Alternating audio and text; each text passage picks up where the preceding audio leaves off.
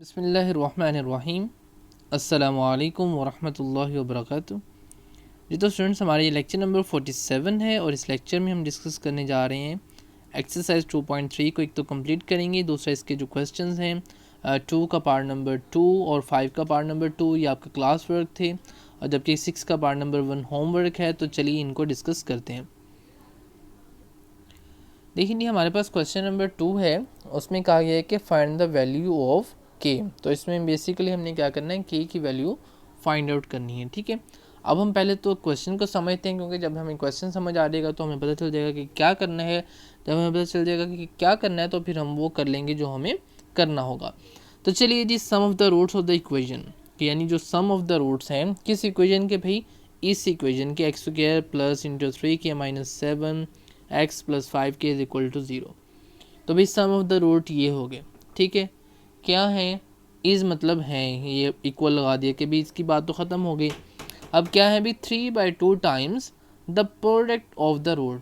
तो यानी 3/2 टाइम्स है किसका, प्रोडक्ट का। 3/2 यहाँ पे लिखा, टाइम्स का मतलब होता है मल्टीप्लाई करना किससे, the product of the root. So product of the root को 3/2 से मल्टीप्लाई जब करेंगे तो वो किसके इक्वल हो जाएगा जी, सम ऑफ द रूट्स के। तो भाई अब हमने क्या करने हैं, बेसिकली सबसे पहले तो हमें सम और प्रोडक्ट चाहिए। जब हम उनको इक्वल करेंगे तब हमें जो है वो इजीली के की वैल्यू जो है वो फाइंड आउट हो जाएगी। तो भाई सबसे पहले तो इनके जो है वो सम और प्रोडक्ट फाइंड आउट करते हैं। तो आपको पता है एक्स स्क्वायर के साथ जो कोफिशिएंट है वो ए है, एक्स के साथ जो कोफिशिएंट है वो बी है, और के साथ जो 5 है लिखा हुआ यहाँ पे वो आपका 5k पूरा जो है वो सी है। ठीक है, तो भाई सम ऑफ द रूट्स का हमारे पास अल्फ़ा प्लस बीटा और फार्मूला होता है माइनस बी डिवाइडेड बाय ए। तो बी आपके पास क्या है, एक्स के साथ वाला कोफिशिएंट, तो वो लिखा, माइनस बी राइट आउट किया। ठीक है, और उसके बाद डिवाइडेड में 1 है, तो माइनस की वजह से जो है वो साइन इसके चेंज हो गए।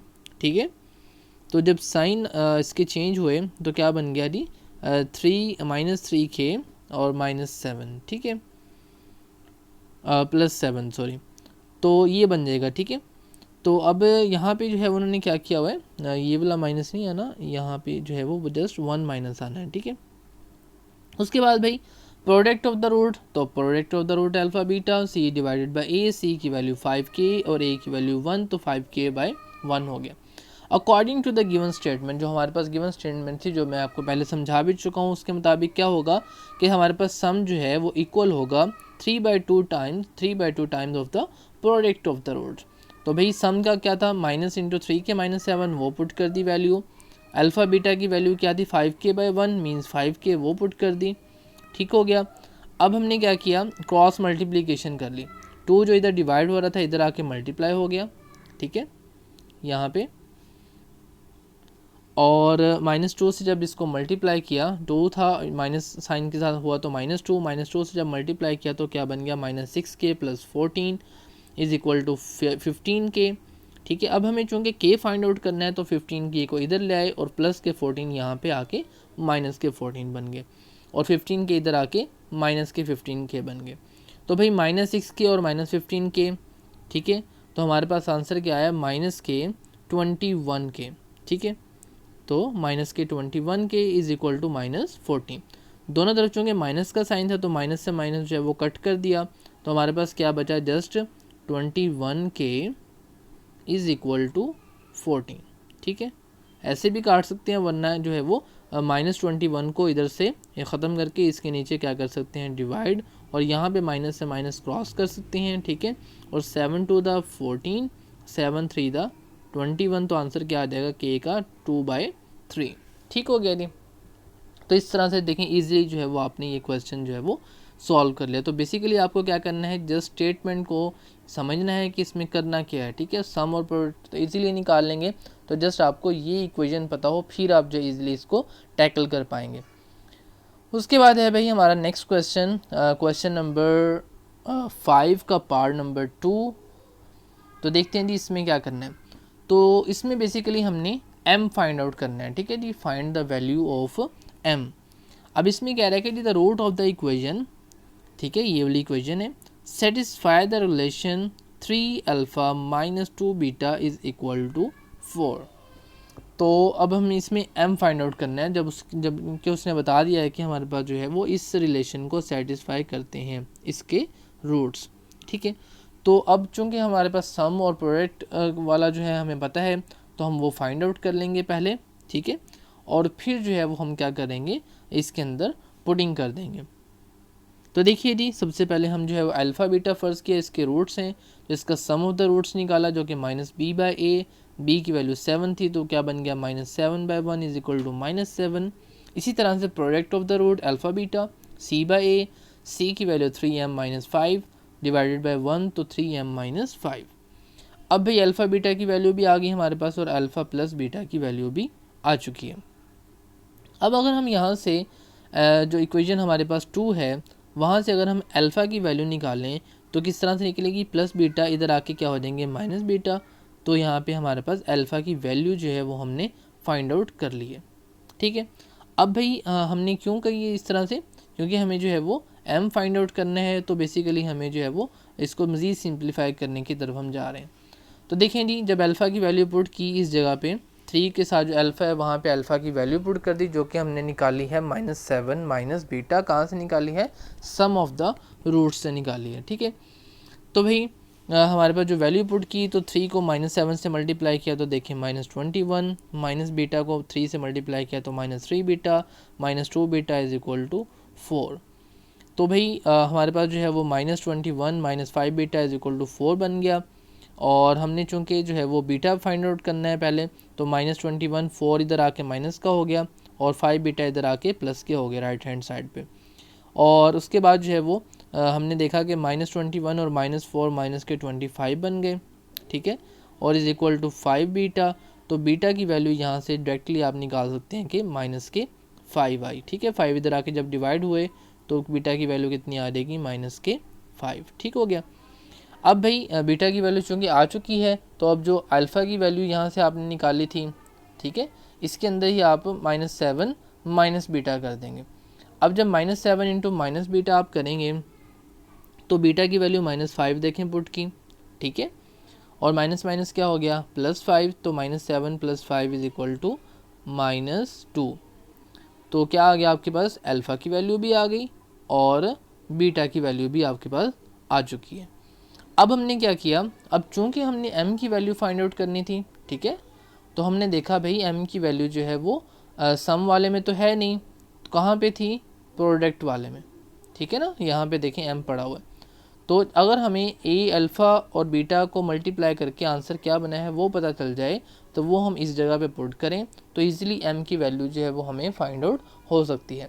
क्योंकि एक बात याद रखेंगे, हमारे पास अगर एक ही इक्वेशन हो और उसके अंदर दो जो है वो हमारे पास जो है वो अननोन वैल्यूज़ हों, तो उनको हम कभी भी फाइंड आउट नहीं कर सकते। तो बेसिकली होना क्या चाहिए कि अगर आपने दो अननोन वैल्यूज़ फाइंड आउट करनी है तो आपके पास दो इक्वेशंस होनी चाहिए, ठीक है, तो फिर ही आप जो है उनको फाइंड आउट कर सकते हैं।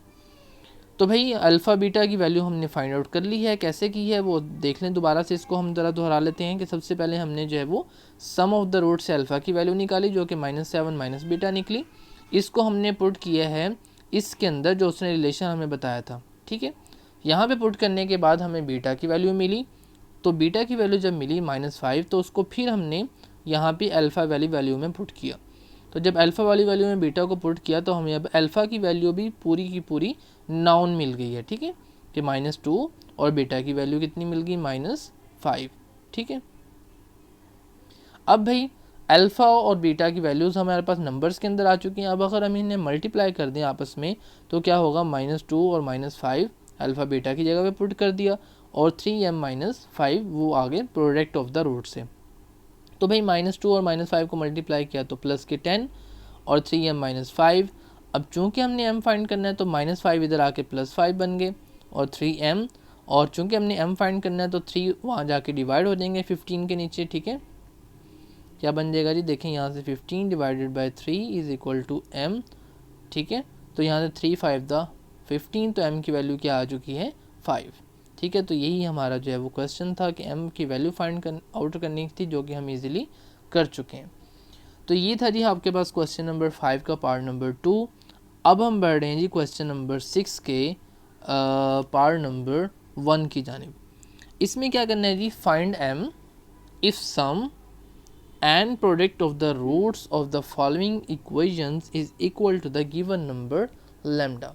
इसमें भी हमने m फाइंड करना है, जबकि उसने बताया है कि भाई जो है वो हमारे पास सम और प्रोडक्ट दोनों जो हैं वो इक्वल हैं हमारे पास लैम्डा के। तो देखिए जी, सबसे पहले तो हमें सम और प्रोडक्ट फाइंड आउट करना है। तो भाई alpha plus beta minus B by A, तो b की वैल्यू हमारे पास x के साथ वाली है 7m माइनस 5, वो पुट की। साथ में देखिए माइनस का साइन लगाना नहीं भूलिएगा आप कि माइनस बी बाई ए है, ठीक है। और 2m प्लस 3 आ गया डिवीजन में, ठीक है। इस तरह c बाई ए की वैल्यू हमने फाइंड आउट की। c हमारे पास 3m माइनस 10 है, वो पुट किया। a हमारे पास 2m प्लस 3 है, वो पुट कर दिया। अब भाई हमें जो उसने बताया है कि भाई जो सम है वो भी इक्वल है हमारे पास लैम्डा के, और जो प्रोडक्ट है वो भी लैम्डा के इक्वल है, ठीक है। उसने देखें दोनों का कह दिया कि sum and product of the root of the following equation is equal to the given number lambda, यानी कि सम भी लैम्डा है और प्रोडक्ट भी लैम्डा है। तो हमने क्या किया, अभी हमने कहा let alpha plus beta is equal to lambda, alpha beta is equal to lambda. जब दोनों की वैल्यू है ही लैम्डा तो इसका मतलब आपस में भी इनको इक्वल लिखा जा सकता है। तो हमने लिखा so alpha plus beta is equal to alpha beta, ठीक है। तो भाई अब हमने क्या किया, यहाँ पे वैल्यूज़ पुट कर दी। अल्फ़ा प्लस बीटा की वैल्यू थी -7 minus into 7m minus 5 divided by 2m plus 3, वो पुट कर दी लेफ्ट हैंड साइड पे। और राइट हैंड साइड पे आपने पुट कर दी अल्फ़ा बीटा की वैल्यू, जो कि अभी अभी आप यहाँ पे फाइंड आउट कर चुके थे, ठीक है जी। अब हमने क्या किया, वैल्यूज़ पुट करने के बाद इसको जस्ट हमने सिंप्लीफाई करना है। तो सबसे पहले हमने क्या की, क्रॉस मल्टीप्लिकेशन कर ली। इस 2m प्लस 3 को इधर ला के मल्टीप्लाई कर दिया और इस 2m प्लस 3 को यहाँ पे ला के मल्टीप्लाई कर दिया। तो अभी जब हमने मल्टीप्लाई किया तो ये हमारे पास स्टेप बना, माइनस जो है वो कॉमन ये भी हमने रखा। 7m को 2m से मल्टीप्लाई कर लिया, फिर 7m को 3 से मल्टीप्लाई कर लिया तो 21m आ गए। -5 को 2m से मल्टीप्लाई किया तो -10m, -5 को 3 से मल्टीप्लाई किया तो -15।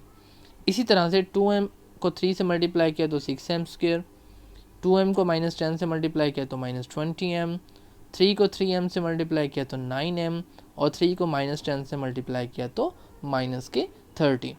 अब भाई हमने कहा इससे मज़ीद सिंप्लीफाई कर लेते हैं, चलें। तो 21m प्लस 10m इनको सॉल्व किया तो +11m बन गए, और -20m प्लस 9m को सॉल्व किया तो -11m बन गए, ठीक है। अब हमने क्या किया, हमने अब जो है वो राइट हैंड साइड पे 0 लिख दिया और सारी की सारी टर्म्स को जो है वो लेफ़्ट हैंड साइड पे शिफ्ट कर दिया। तो उनके साइन चेंज हुए, साइन चेंज होने के बाद +11m और -11m जो थे वो कट गए, और -14m स्क्वेयर जो +6m स्क्वेयर। और उसके साथ हमने ये किया कि इस जगह पे हमने, आप देख रहे हैं कि माइनस जो यहाँ पे ब्रैकेट से बाहर था उसको अंदर जो है वो अप्लाई करवा दिया। तो अप्लाई करने पे क्या होगा, जस्ट सबके साइन चेंज होंगे, जो कि आप देख रहे हैं कि इस स्टेप के अंदर कर दिए गए हैं। उसके बाद आपने क्या किया, राइट वाली साइड की जो जितनी भी टर्म्स हैं उनको लेफ़्ट पे चेंज किया और इनको काट दिया, ठीक है। और कटने के बाद क्या आंसर हमारे पास जस्ट सिंप्लीफाई हुआ, -20m स्क्वेयर प्लस 45, ठीक है। 45 इनको ऐड करके बने और -20m स्क्वेयर इनको ऐड करके बने, ठीक है। अब भाई हमें चूँकि m चाहिए तो हम m square is equal to 45 divided by 20। अब क्या हुआ, जब इसको मज़ीद हमने सिंप्लीफाई किया तो 9/4 बन गया। अब चूँकि हमें m चाहिए तो हमने क्या किया, दोनों तरफ स्क्वायर रूट ले लिया। तो दोनों तरफ स्क्वायर रूट लेने पे हमें क्या मिला जी, 9/4 का जब स्क्वायर रूट लिया तो हमारे पास m की वैल्यू आ गई +-3/2, ठीक है जी। तो ये हमारा जो है वो आंसर है। और इसके साथ ही हमारा जो लेक्चर है वो कंप्लीट हो जाता है। तो उम्मीद है कि आपको अच्छे से समझ आ गई होगी। तो यही क्वेश्चन है जी अब तक के जो हमें स्मार्ट सिलेबस मिला है उसके मुताबिक। तो मिलते हैं जी नेक्स्ट लेक्चर में। अल्लाह हाफिज़, अस्सलाम वालेकुम वरहमतुल्लाहि वबरकातुहू।